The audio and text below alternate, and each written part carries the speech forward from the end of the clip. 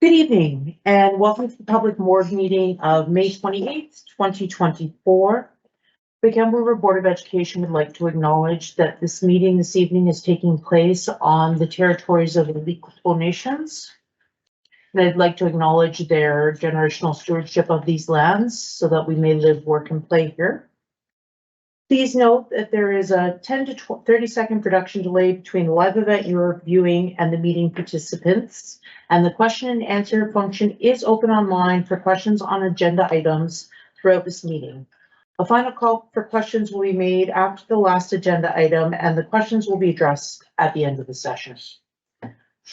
So as a call to order and chairperson's remarks, we had excellent opportunities last week to attend two amazing events. The first being a play potlatch hosted at Cedar Elementary. This is the first time that a play potlatch has been held in one of our school district schools. And it was done in the new Chalmette tradition, hosted by Kwaya Sam, who is a knowledge and tradition keeper at Cedar Elementary. I want to express my gratitude to Hereditary Chief Henderson for coming and welcoming the new Chalmette potlatch being performed on Lequoto territory. And I would like to just thank the school for building those connections to culture for those kids that maybe don't have the experience because they're living so far away from their traditional territories on the West Coast. It was a beautiful day. It was two schools attended, Cedar and Penfield, both attended. The school field was full of kids with deep respect and quiet feet and open hearts, and it was just a beautiful day. Another really great event we went to is we had the retirement celebration for a number of our employees from both unions retiring from School District 72.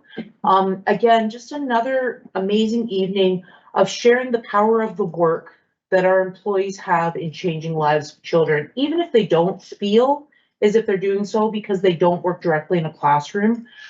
They have built relationships and connections just through a smile and a nod of the head and the acknowledgement and a creation of beautiful spaces for those kids to learn in. So congratulations to all retirees for the 2024 year, and may your future be bright. On to superintendent's remarks. Thank you, Chair Eddie. Your comments dovetail very nicely into what I was going to say, because those events were fantastic. And as we approach June, we have many other activities and ceremonies to look forward to. And I just wanted to highlight some of the main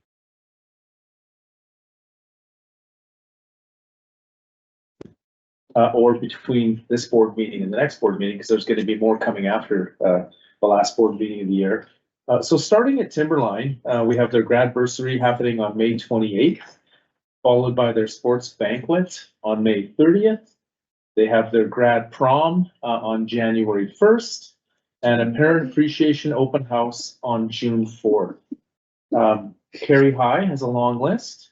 Carey High on June 3rd, the Carey High Choir is going to perform their year-end concert. On June 4th, there is a Carey High Scholarship and Bursary Evening. On June 5th, the jazz band performance is going to be happening in the Spirit Square. On June 5th as well, they have their sports banquet. The Carey High Prom is going to happen on June 8th. And on June 12th, they have the year-end band concert. In terms of overall district activities, there will be a Métis sashing ceremony this Saturday at Labron School on June 1st.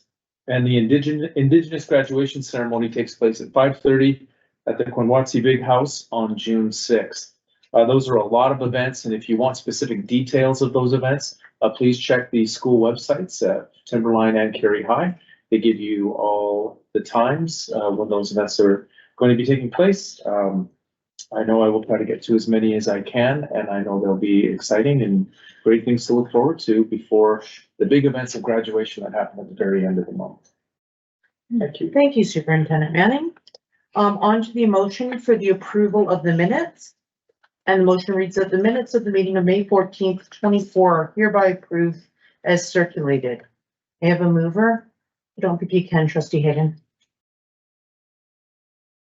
Can a trustee that wasn't trustee Briggs, trustee Gladish, all those in favor?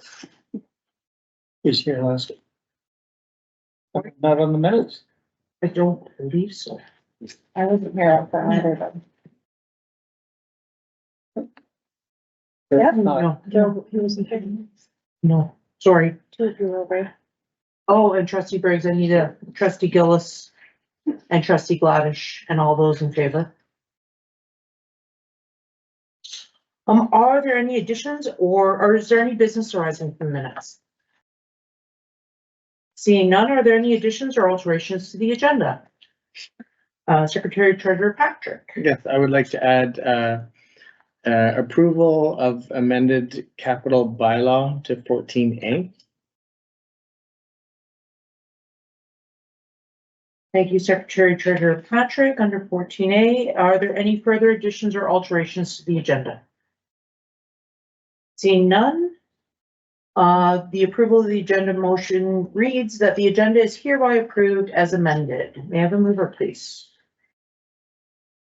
Trustee McMahon, seconded by trustee Briggs. All those in favor?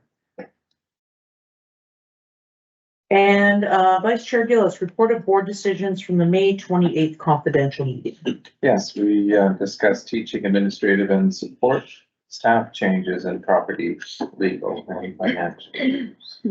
Thank you, Vice Chair Gillis. There is no correspondence or public submissions. There are no additional agenda submissions. That brings us down to educational submissions, and Jason Decksheimer is coming up to talk to us about the annual facilities grant. And has Jason ever presented to the board? I don't think so. So So has let's he? go ask him. This year. I have, I did. Let's go. Last year? Yes. Yeah. It was memorable, let me say. Gotta go up. Oh, I have to look here. Oh. Where am I headed? This way? Yeah, it's like at the front with the camera. It's really curious.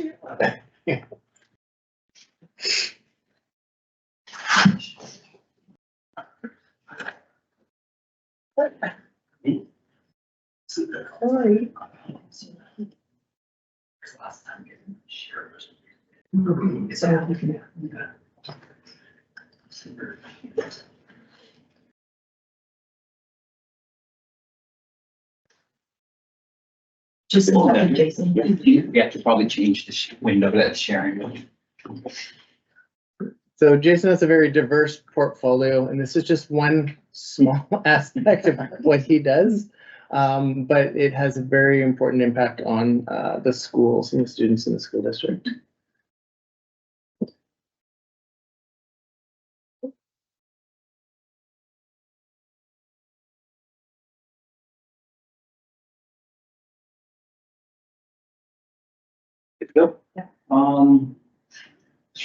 Yes. Oh, why that, word practice.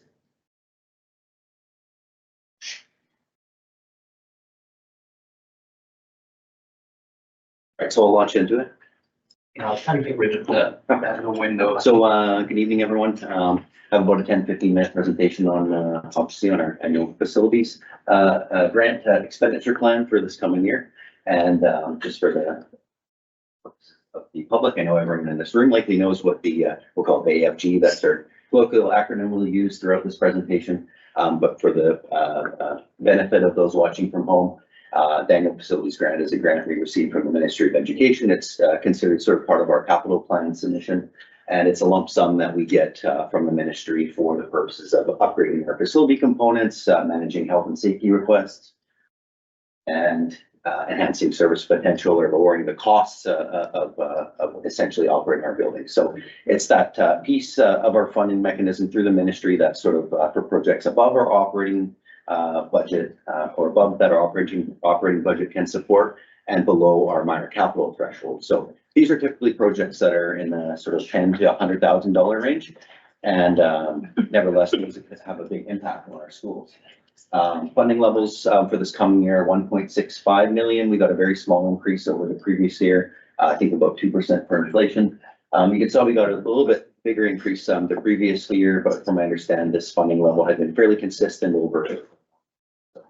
And It's important to note the funding timelines for the AFG, and they don't necessarily line up with the school year. So our AFG planning year is April 1st to March 31st. So we're now into a brand new year. And so happy to report through what some of the projects are. So the AFG, the projects that we planned through the AFG fall into 9 different categories, and it covers all the various gamuts of our physical plant and our grounds.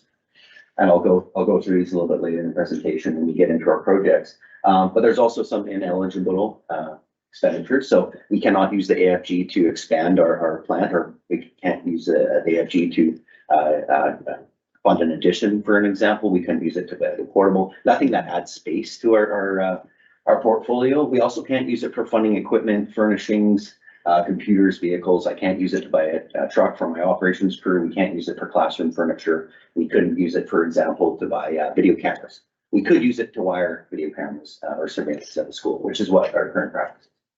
How do we develop the AFG? As you'll see through it, there's a couple hundred projects on the AFG planning list. Right now, we plan in a 5-year cycle with AFG, although funding is not necessarily guaranteed every year. And so what we do, we look at historical requests. In January, we went up to all the administrators and school staff and met with them and sort of learned their needs, their prioritized needs. And we asked them in writing to prioritize those needs, because on the operations side where we plan the AFG, we don't always understand the implications that some of these requests have at the school level and the impact on students. We look at regulatory requirements, which you'll see in a number of areas in our expenditure plan. And then we look at district priorities, and those that will be represented in this plan as well. Once we have that master list, we go through a number of planning sessions, primarily with our maintenance lead hands. And we, of course, bring it to our senior management group, and then we submit it to the ministry on a preliminary basis. The ministry gives us some feedback, which they did this year, and then we tweak it to a final stage, which is where we're at now. I'll speak to some of the themes before I get into the individual projects. And there's sort of 3 that I've categorized here. The biggest one we heard from schools by far, and by the way, these are the themes that we received from the schools. So between the school requests and the district priorities, we allocate about half of the AFG budget, or about 800,000 towards those, and the rest is for asset renewal type activities. The 3 the biggest themes we heard from schools this year for AFG requests are: number 1 is washroom safety. So this has been an ongoing discussion with the district for a number of years. This year, we are hoping to advance the cause a little bit more. We're in the stages of engaging with an architecture firm, the same company that we're using for our long-range facilities plan, to develop some guidelines around this, be meeting with stakeholders before the school year is out, and hopefully get on some of the low-hanging fruit for washroom safety improvements this coming summer and this coming AFG year. So this could take a number of ways. This could be looking at partitions in washrooms. This could be looking at opening up sight lines into common areas so we can have improved supervision, vape detection. We hear from students often. This will take a number of different approaches for this one. Window coverings was sort of the second most common. I think we had upwards of 60 work orders for window coverings across the district before we started actioning this last year. So we were able to liberate a bit more funds last year for window and coverings at the middle and high school level. And of course, this one's important for our hour 0 commitments, our emergency protocols, things like lockdowns and hold and secure. We need to secure our external windows if there's an outside threat. And so we were allocating some money to that this year, again, at the elementary level, on a priority basis. And then space modernization is sort of the third theme. So this takes a number of falls into a number of different categories, but in general, we have an aging facility portfolio. Our facilities, as of now, the average age is 50 years on the dot. And with aging facilities comes the need for modernizing space to meet the needs of the education side of the business. So this could be things like more breakout rooms instead of larger classrooms. This could be space for teacher prep. This could be space for learning support and inclusive education. This could be additional space for our Indigenous programming. You'll see it in a number of ways here. I will say this one's hard to manage through our AFG budget. 1.6 million doesn't go very far over our entire portfolio, like 900,000 square feet of schools in the district. Here's a bit of a summary based by category, and this is how we budget, is based on category. So a few things I'll highlight on this. You can see the lion's share of the expenditure is in the interior construction upgrades, which is also representative of where we get the most school requests. So between the sort of prioritized school requests, which is about $500,000, and district priorities. That's where that sort of about 50% comes from. This one I'm quite proud of because these are projects at the bottom here, these prioritized school requests that these don't relate to the renewal of our assets per se. These are directly coming from the schools themselves. Like these are things we would not be doing if the schools didn't ask for them. And so we heard that they're important to schools and we're targeting some of this funding for them. As we start getting into the list here, which I'll do so now, I'm going to go through by category. So I'm going to be speaking fast and I won't highlight every project, but I'll speak to many of them for this coming AFG planning year, which is 24-25. Anything that's highlighted in blue comes directly from a school. So there's more than that. As an example, the first project, the only project under this category we have funded in 24-25 is accessibility buttons, exterior door handicap openers. Those come from school as well, but that's also something that we would just be doing anyway. So I haven't included it in that list. In any case, for this category, we're adding 4 handicap door openers this year at 3 different schools. I believe it's Timberline, Cary High, and Phoenix.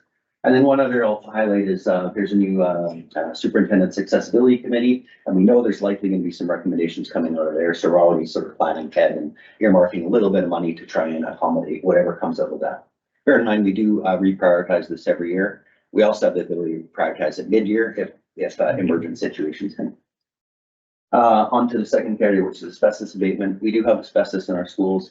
We manage it in-house wherever we can, and this money is just to provide a little bit more of a management system.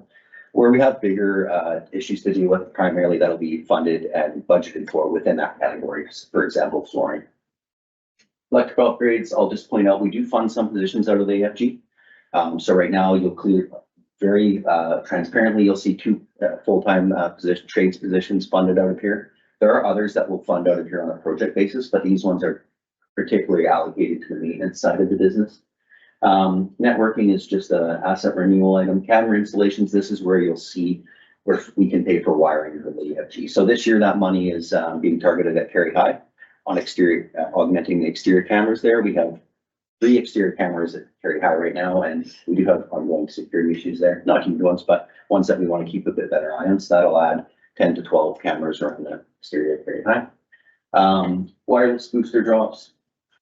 We have poor connectivity at a number of our sites. Many of our schools are big concrete bunkers, and cell phone connectivity is important for, again, part of our safety program.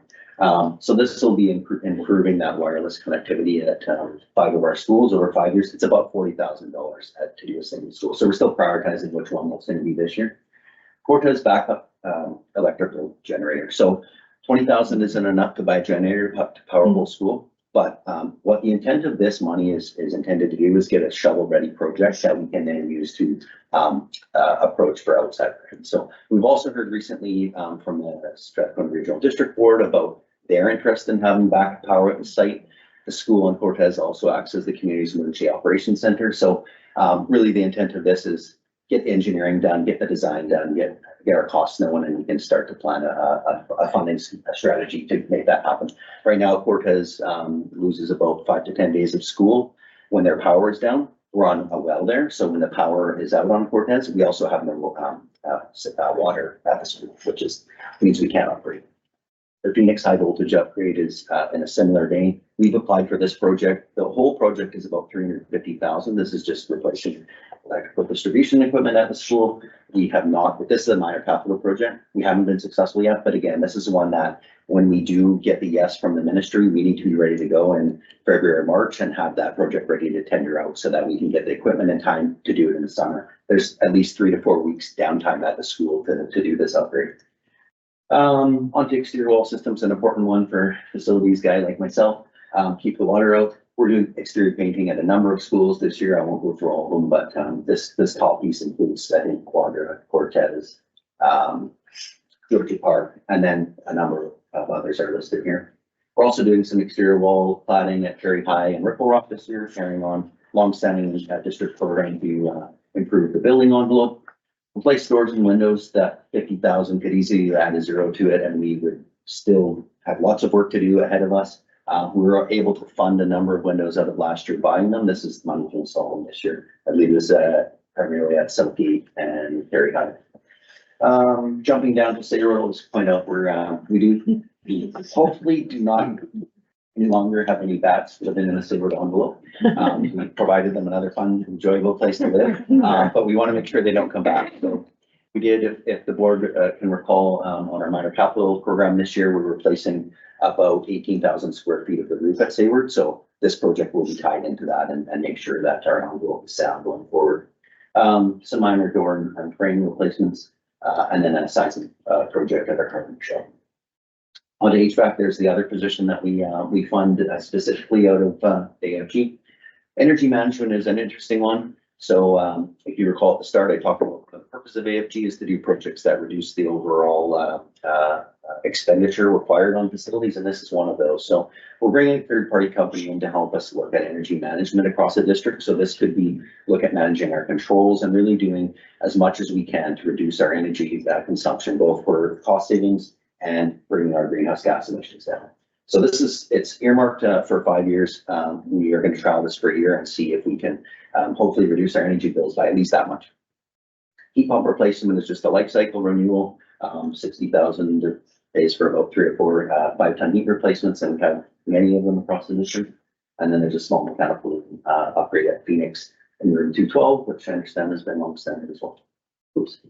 Onto interior construction. This is where we'll see many of the requests that come from schools. So there's where we have 40,000 assigned for window blind replacements, washroom partitions. This is just a handle with some of the vandals. And we have, again, flooring replacement. We could add 0 to this number and it still wouldn't touch the need across the district. So in 2024, that there's flooring going in, I believe, at Timberline, Kerry High, and Georgia Park.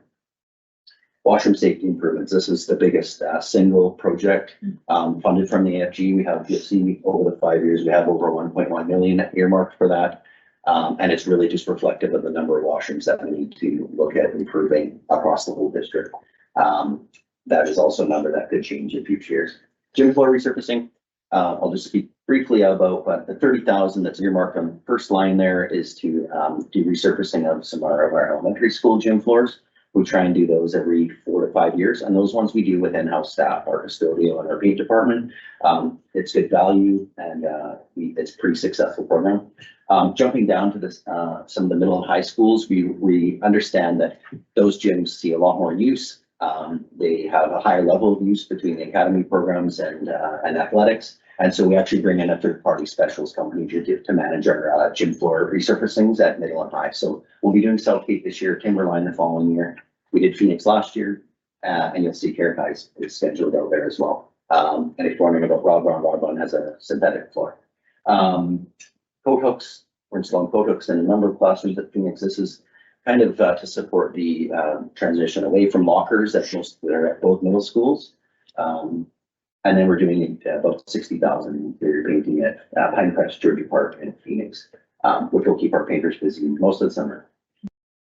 Some more minor projects with flooring. We're going to be doing some soundproofing in this building for our most confidential offices, which are pretty porous right now. A modernization of the foods room at Phoenix. This is another multi-year project where we're going to do some engineering and a little bit of work, and then you'll see the larger item or amount in the following year. So there are some multi-year projects on this AFG plan. And we're going to be doing a bit of space planning. We're seeing space constraints at a couple sites where we have seen some growth in the last year. Getting close to the end now, the plumbing. We drilled a new well at Cortez over the spring break, funded from last year's AFG. We've had sand infiltration at that well for years now. And this money is to essentially connect our new well to the pumping system to support the school and decommission the current well and an older abandoned well that we're working through with Island Health on the regulatory piece, which, as you can imagine, well water for school is very complicated, and we're getting some outside help from an engineering company on that one. We also have to recertify our sewer outflow at Surgeon Arrows this year. We have a discharge permit for treated sewer at that site, but there's some work we need to do to recertify. Roofing upgrades, as I mentioned before, most of our major roofing projects are funded from minor capital. We do some minor repairs through this fund, the AFG. And we're also going to wrap up the access fence at Southgate. So if anyone's been to Southgate recently in the courtyard, used to be, even myself could probably just have climbed up. We're wrapping that project up right now. It's pretty much finished. And I haven't heard anyone getting on Southgate recently. So I think that one's been successful. probably should knock on wood. Hopefully that was a big favor. And then with just a minor roofing repair at Sandown. And last but not least, the site upgrade. So we do a lot of parking lot work, relining, paving out of this fund. And then this is just an asset renewal fund for all sorts of minor assets on the grounds department. We're gonna do some field drainage work at Sandown and Ripple Rock this year.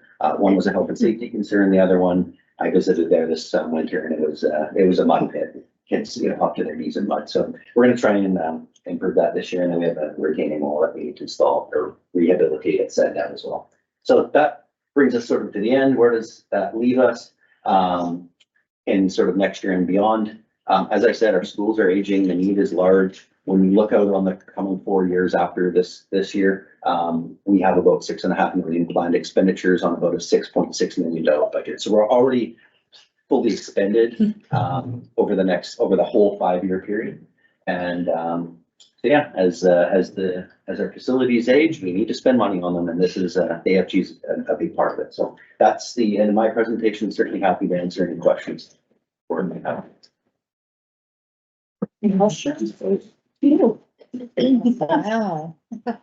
Yeah. You didn't mention it on there, but do Quadra and Surge Narrows have a generator for the amount of times that they also run the power? Neither of them, Surge Narrows does. Okay, That is their only source of power, is a diesel generator. okay. Oh, yeah. So yeah, they have backup power. Quadra does not either. Okay. Yeah, it's on the list as well to look at. Okay, good to know. Thanks. But Quadra has a bit more robust power grid, Mhm. and we don't see the number of down days there as Sometimes. that Cortez. Yeah. Thanks. Trustee Burks? Went by real fast that I saw they were parking lot somewhere. What year was that? That is slated for next year, and the request was adding a fence between the two parking lot entrances. I guess Yeah. when the kids play, the balls roll out into the road, and so it is on the list for next year. What an awesome trustee. Any further comments or questions? I do just have one, Jason. Thank you so much for addressing the student voice around washrooms.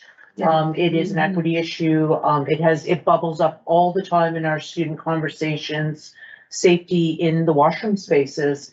And vaping in our washrooms, I know is a problem, but just the actual design of the washrooms and creation of privacy has always been something that bubbled up at our middle and secondary schools. So thanks for investing such a significant, really earmarking that budget to go after that.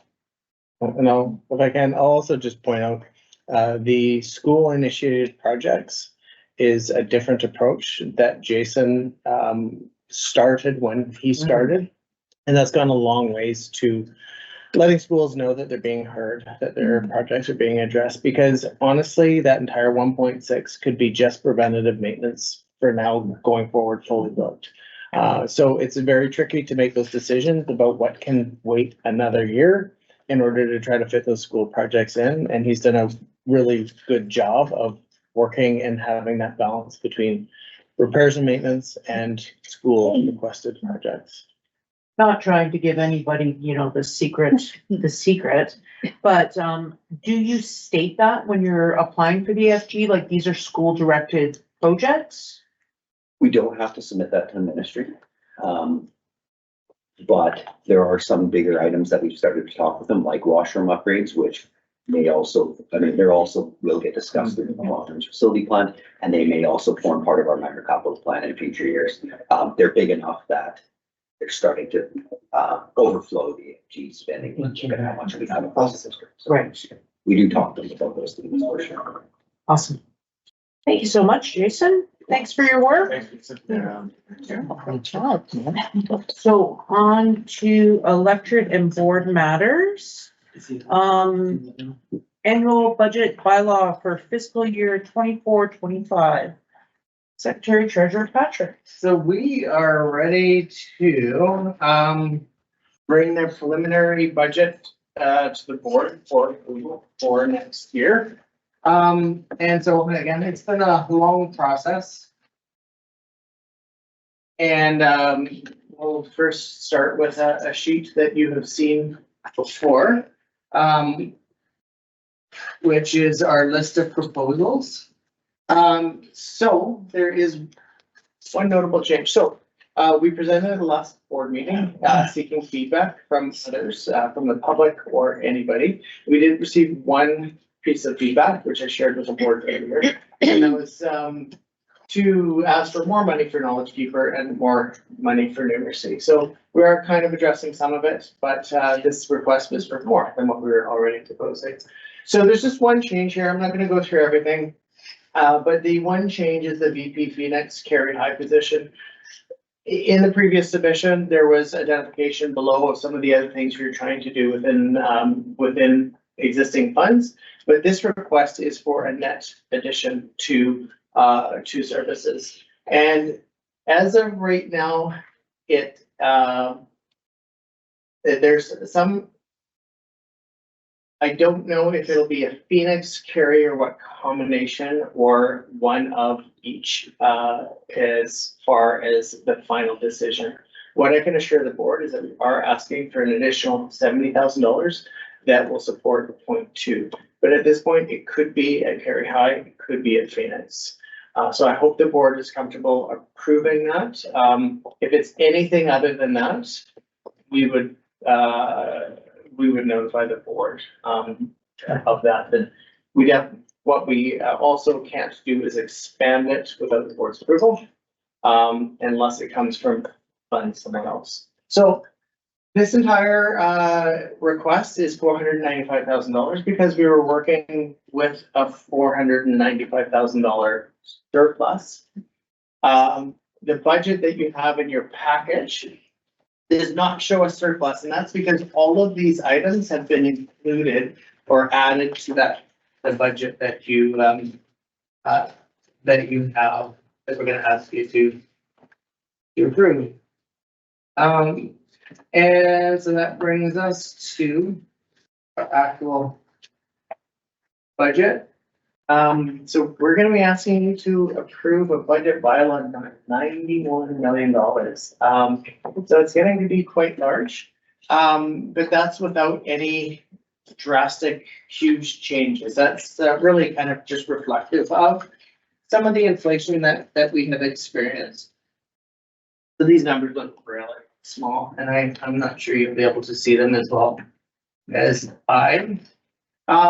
So this first page, call it statement 2, is our consolidated budget. It includes our operating, so it will include all those new additions. It includes our capital, and it includes our special purpose funds. Some things to really point out here are we are projecting an 88 student increase. And that will increase revenues, but it also increases expenses. When you look at our revenues we're expecting 90,400,000. That's about a 5 million or 6% increase over last year. And that 6% increase is due both to general wage increase and to those 88 additional students. But you'll see down at the expenses of $91 million, it pretty much offsets what the increase was for the revenues. The really important thing to point out on this sheet is in the previous year, you'll see $100,000 on the budgeted allocation or that's surplus. So last year, even though we kind of had a balanced budget, we were still drawing $100,000 from surplus. This year it's blank, and that's great because that means that we are submitting or requesting the board to approve a balanced budget. So at this point, there is not a structural deficit, but of course, if inflation goes up and revenues don't, that could change very quickly. Now, because this is a consolidated statement, and I just had mentioned that we have a balanced operating budget, the budgeted deficit right below it of $651,000, that's only the capital portion. So we have a balanced operating budget, but we have a deficit in the capital budget. And we are requested to combine everything as we submit it to the province. The capital deficit really isn't a discretionary thing. There's nothing the board can do to try to make that better or make it worse. It is a factor of the age of assets and how many new assets we get and have gotten over the years. So, but I'll just point out a couple of other things. So this is statement 3, and the positive on this is our net increase in financial assets. So that $1.946 million. The fact that that's a positive is great. Again, not always within the control of the board, but what that signifies is that we're increasing investment in the school district. Our assets are growing faster than the amortization is kind of reducing our asset value. So it's always positive. Our childcare facilities have definitely had a very big positive contribution to that. So it may not stay, although it's positive. It may not stay, but that's a highlight of this budget that we're submitting. And I think, I could.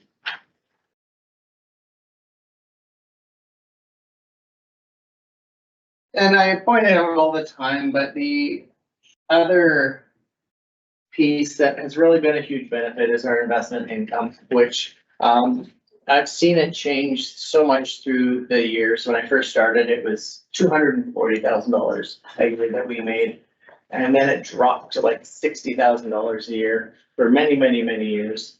And you can see that this next year, we're budgeting about 600, but as you see those interest rates start to come down, we will start to lose and see less. And the nice thing with that is it's not connected to any additional cost. It actually is free money that gives the board full discretion to support anything in the board's will. So when enrollment goes up and students go up, we need more staff, we need more fuel, we need more electricity, we need all that stuff. So this is a positive for this next year, but we will start to see it go down, which will also increase cost pressures and balance.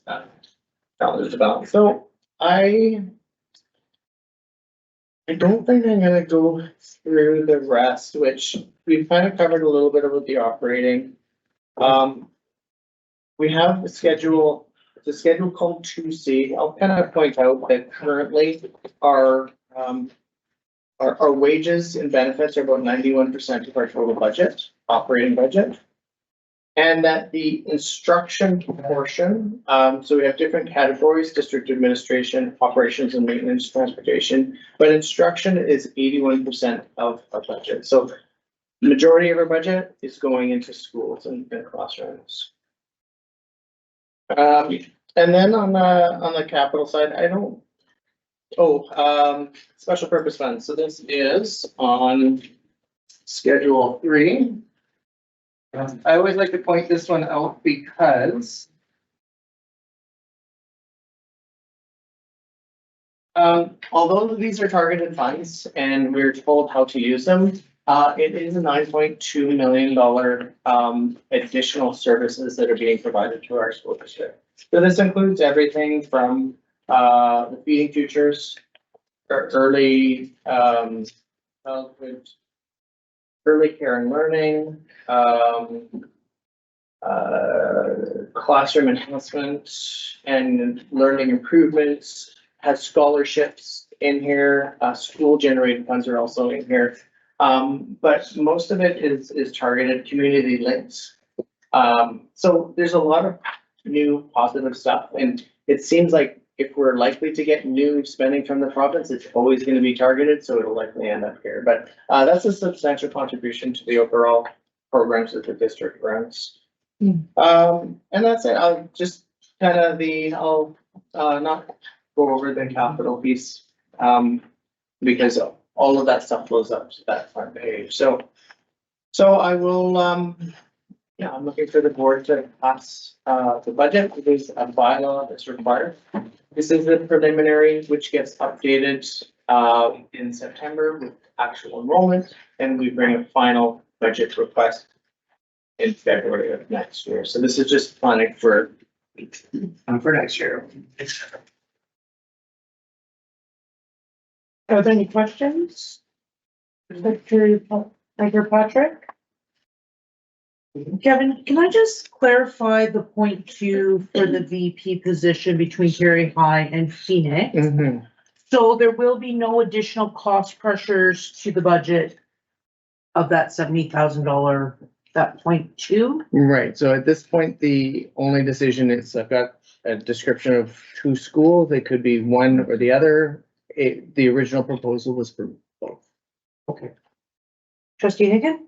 Yes, I have a question about our 88 FTE.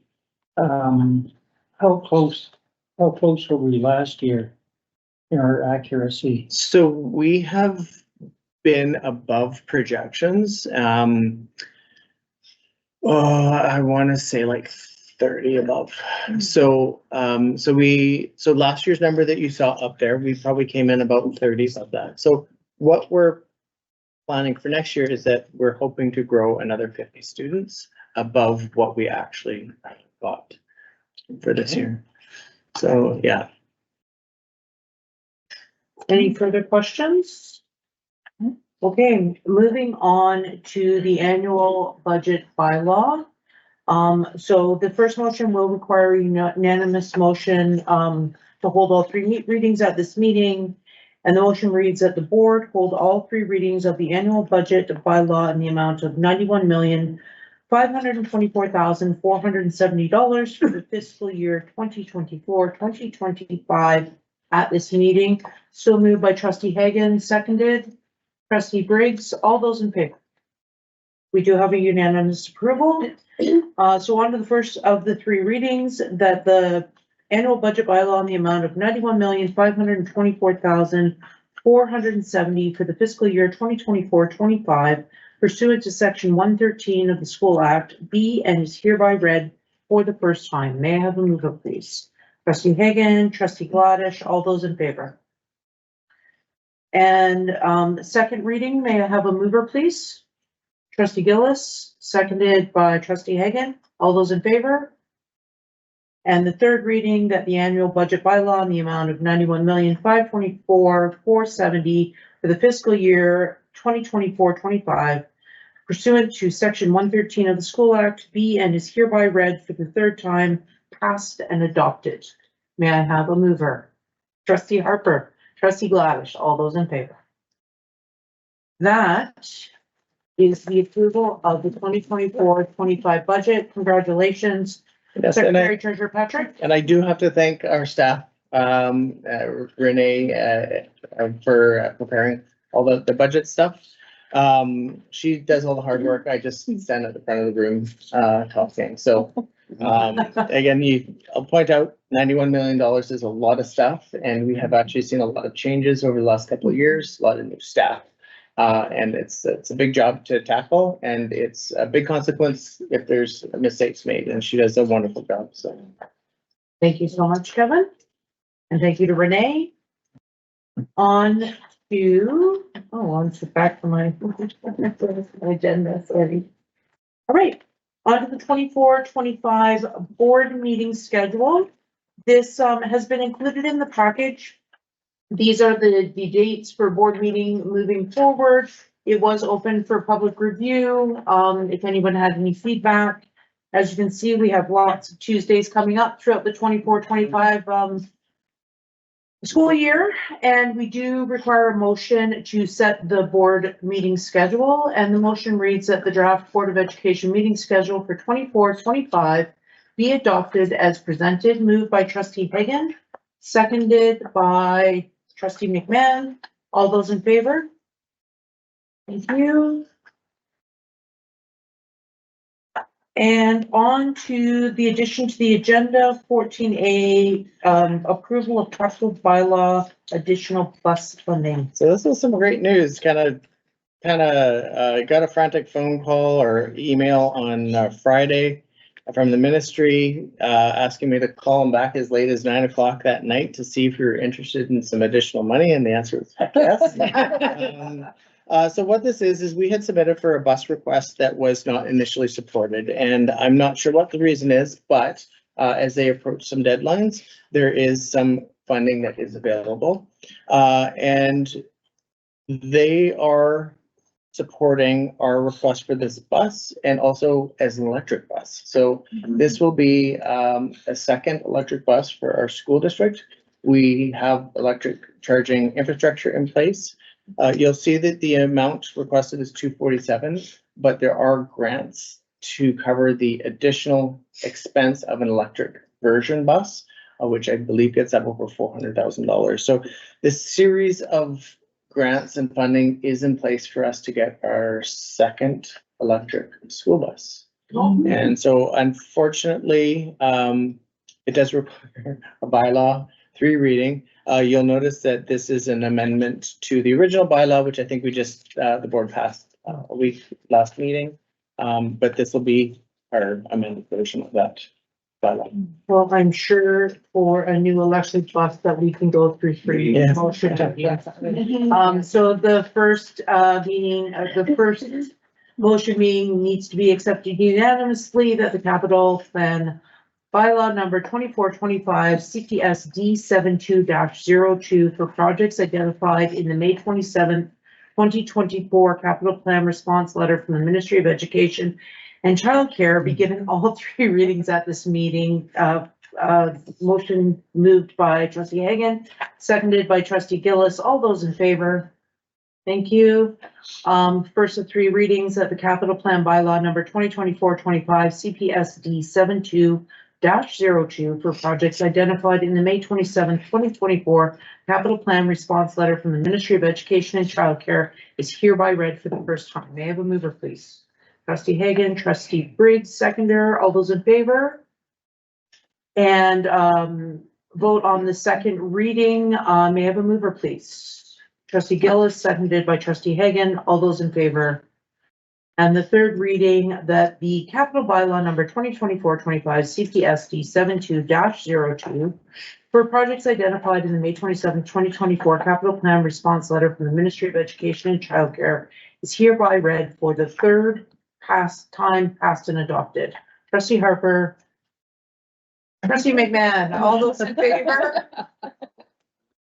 And so approved. The motion is approved. I'm looking forward to, where will our new electric bus be stationed? Here or? The routes, I don't know. So we have a charging station installed in Sayward. We have 2 charging stations installed at the maintenance. So I don't know that we have fully decided. Some of it will be to receive the buses, see where they work best, see what their actual ranges are, and then deploy them on the route. So Awesome. Looking forward to it. Jason just happens to be in the room. Oh, sorry. Do you have that? Kevin spoke to that. Town first, so both you'll see both driving around both in September. Maybe we'll get a field trip. Yeah. Right. A bus, an electric bus. To Sayward. To see the back? Yeah. And the new fence. You can only get to Roberts Lake. Yes, for lunch. Recharge at my house, I'm right after. There's no phone booth there. So, moving on to item 15A, which is the superintendent student leadership committee meeting on May 23rd. Trustee Briggs. Yeah, we met last Thursday at Kerry High, Superintendent Manning, Natalie Crawshaw, Trustee McMahon, and myself. We had 6 students representing Southgate, Phoenix, Timberline, and Kerry High. We discussed school-based student councils and the various ways students are participating in their school. Talked about developing diversity on the leadership committee and how we can expand to reach more students. We went over the new accessibility plan for SB 72 and shared with them that having a student on the accessibility committee is something that was being discussed, as well as how they can continue to share feedback on that plan. And our very last meeting of the school year will be June 20th at the school board office, and we look forward to seeing all of our wonderful students there for another great discussion so we can celebrate them with pizza and say goodbye to a few of our grads. So thank you. Any questions for Trustee Briggs? Just how often are the student leadership committee, often are you guys meeting? Yeah, we had a total of 5 meetings plan for the school year, so. That's pretty good. Yeah, and they're still longer as requested by the students. Really? Yeah, they were only an hour before and that was too short. Excellent. And could I ask about the composition, of which schools are represented and how their students are chosen We or? didn't have as many students at this time. Yeah, typically though, we Yeah. do have representatives from both secondary schools and both middle schools. And a number from each. Students are selected by school administration at this point, and we had a discussion just at this last meeting to say, is there a different way to make those selections? The students felt pretty strongly that they didn't want it just to be a school-wide vote because they feel like it just moves into a popularity contest. And we had an interesting discussion around diversity and how we can get more diversity on the team. This is a follow-up. Do we have representation from Robron? We do not. We tried. We requested, almost got there, but it's our hope for next year. Awesome. Thank you. On to committee reports 15B, the district parent advisory committee meeting on May 24th, and I'm assuming you're gonna maybe touch on the Friday night event as well? Yeah, was that the 24th? I Yeah. don't know. It was. Yes, the district, the district, parent advisory committee arranged for, an event at the Sportsplex. And the theme of it was, it takes a village. They are looking at ways to enhance interest in not only PACs, but also transfer from PACs to DPAC. Some engagement by families and parents in making decisions around their schools and giving input to the district. I think you could say it was a fairly modestly attended event, but there was a lot of enthusiasm there to make up for the perhaps lack of numbers. Associate Superintendent Phil Sismic was there, Chair Eddie was there. Superintendent, no, you weren't there. I was there. You were there. Trustee Phyllis was there. What would you say? It was, I think there is a lot of passion within the people who have invested in DPAC. I think they're struggling with igniting that same passion in other people. And, you know, they acknowledge that the time and energy of parents is limited. But I think they're committed to continue to try and get something. Well, one of the attendees spoke at the end just to recommend if there was a way of having a consolidated set of resources that could be shared so that not every PAC had to kind of go to this repository of forms or information or whatever. And they said if even it was on a flash drive or it was available, and I wasn't sure if such a thing existed, but they said, you know, the nature of the PACs tends to be that there is turnover. People come, people go, and it would be so much easier if somebody who's new to it didn't have to search out certain documents. So There is a provincial, yeah, I don't know what they're called, Provincial Parent Advisory Committee, overview, and they do some wonderful documentation and, kind of handbooks on different issues that not only can be accessed by DPAC, but also PACs. do we have, for example, at a local level, do we have what ways I say, a directory of PAC chairs? I looked on the website and I couldn't find it there. It goes to a fairly generic, this is what DPAC is, but do we? So PACs aren't actually overseen at all by school districts. They're supposed to be at arm's length. I do know that speaking to the provincial PAC council, they were at BCSTA in the spring, and I just happened to ride the shuttle bus back with their new executive director, of which they'd never had one. So they're organizing at a provincial level, and are cognizant of the fact that PACs are asking for more kind of provincial organization. So I think you'll see that work come. But the new brand new executive director said she was feeling a little bit overwhelmed with the work that needed to be done. But that is a position that has been created provincially. That's a little bit. Just a question about that. It seems that PACs often do fundraising for things and, you know, that's an important part of things. And given what you just said about them organizing a bit more provincially, I'm kind of wondering, what is the goal or the function of a district PAC in terms of its sort of relationship to other, you know, PACs of the different schools? I think it is meant to bring representation from each of the schools to one body that can then, you know, better articulate what some of the best concerns or some of the highest concerns of parents are and communicate them to us, the board, and to senior management. So it's supposed to be sort of a repository of issues and thoughts and goals and whatever that bubble up through the PACs and then can be communicated to us.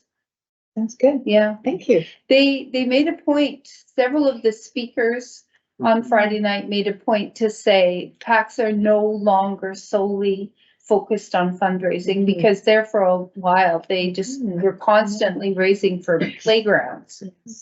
And now a lot of that has been alleviated with the provincial support for playgrounds. So they made that point quite clearly a couple of times. We are not simply about raising funds. Okay, thank you. Did you have anything further? So looking down, there's no other business. Are there any questions for anyone present on the agenda or online for this meeting? No questions have come in online. No questions this evening? With that, I'll move for adjournment. Trustee Hagan, so adjourned. Thank you, everyone. Thank you. Okay.